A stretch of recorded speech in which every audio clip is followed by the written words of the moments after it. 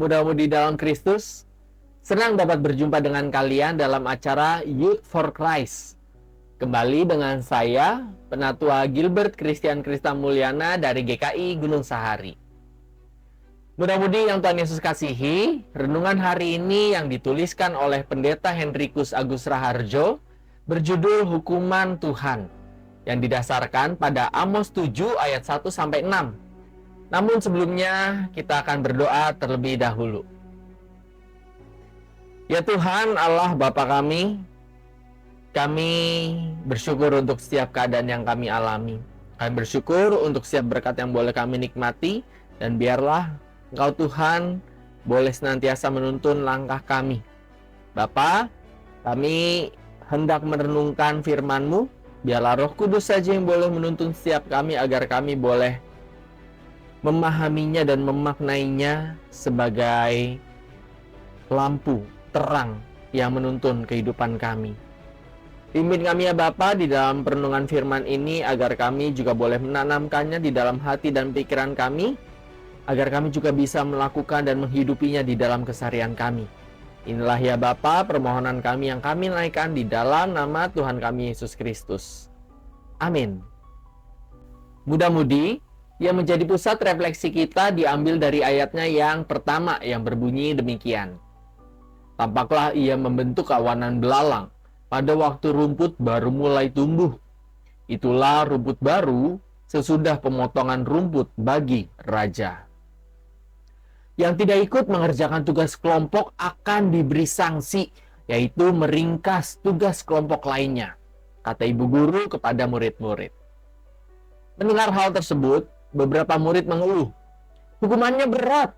Ada juga yang berkata, ibu guru sukanya menghukum. Ada pula yang berkata, meringkas tugas kelompok lain? Hal tersebut menunjukkan bahwa hukuman menjadi sesuatu yang menakutkan bagi sebagian orang. Padahal, seharusnya murid-murid berfokus pada apa yang harus mereka kerjakan terlebih dahulu. Sekilas, bacaan kita hari ini juga menggambarkan tentang hukuman Tuhan. Pada waktu itu, Nabi Amos mendapatkan penglihatan akan datangnya hukuman Tuhan kepada umat Israel. Hukuman itu berupa belalang yang akan menghabisi hasil tanah mereka dan api yang akan melahap samudra serta ladang.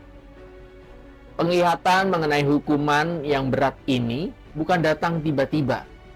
Tuhan memberikan hukuman karena umat Israel hidup melenceng dari firman-Nya.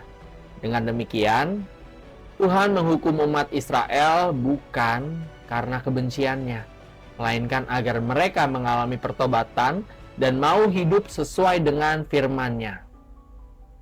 Youth, ketika kita melakukan kesalahan, kita harus siap menghadapi hukuman atas kesalahan yang kita lakukan.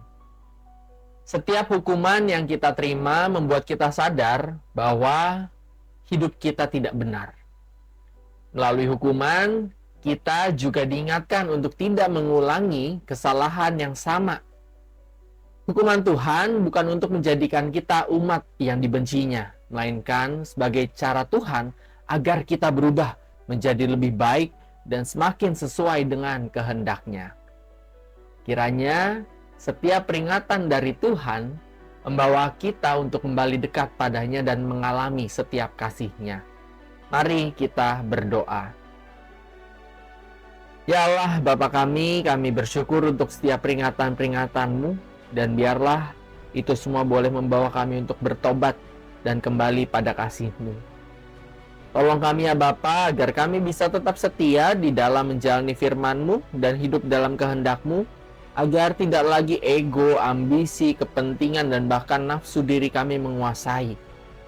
Pimpin kami ya Bapa, agar di dalam kehidupan kami, dalam relasi dengan keluarga, relasi dengan teman-teman, dengan saudara, dengan setiap orang yang ada di sekeliling kami boleh semakin menunjukkan Kristus yang tinggal dan kebenaran firman Tuhan yang ada di dalam diri kami.